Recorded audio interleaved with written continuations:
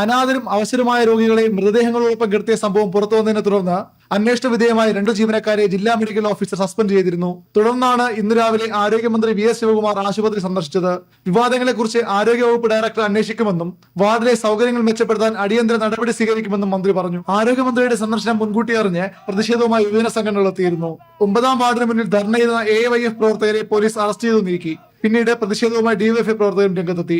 ഇതിനിടെ ആശുപത്രിയിലെത്തിയ മന്ത്രി പ്രതിഷേധം ഭയന്ന് വാർഡ് സന്ദർശിക്കാതെ ആശുപത്രി സൂപ്രണ്ടിന്റെ മുറിയിലിരുന്നു. തുടർന്ന് DYFI നേതാക്കളുമായി മന്ത്രി ചർച്ച നടത്തി.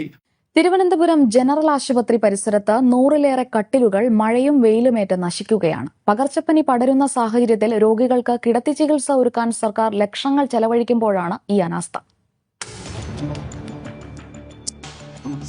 തിരുവനന്തപുരം ജനറൽ ആശുപത്രിയിലെ സൊസൈറ്റി പേ വാർഡിന് സമീപത്ത് 2 ഇടങ്ങളിലായി കൂട്ടിയിട്ടിരിക്കുന്ന കട്ടിലുകളുടെ ദൃശ്യമാണിത്.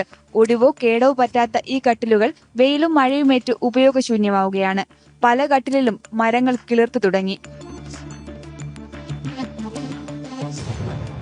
മെഡിക്കൽ കോളേജ് ആശുപത്രിയിൽ ഉൾപ്പെടെ കട്ടിലിനടിയിലും നിലത്തും വരാന്തയിലുമായി 100 കണക്കിന് രോഗികളെ നിലത്ത് കിടത്തി ചികിത്സിക്കുമ്പോഴാണ് ആശുപത്രി അധികൃതരുടെ ഈ അനാസ്ഥ.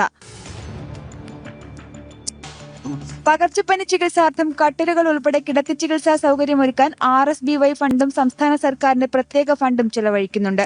ലക്ഷങ്ങൾ ചെലവഴിക്കുമ്പോഴും ഈ കട്ടിലുകൾ ഉപയോഗപ്രദമാക്കാൻ പക്ഷേ നടപടിയില്ല.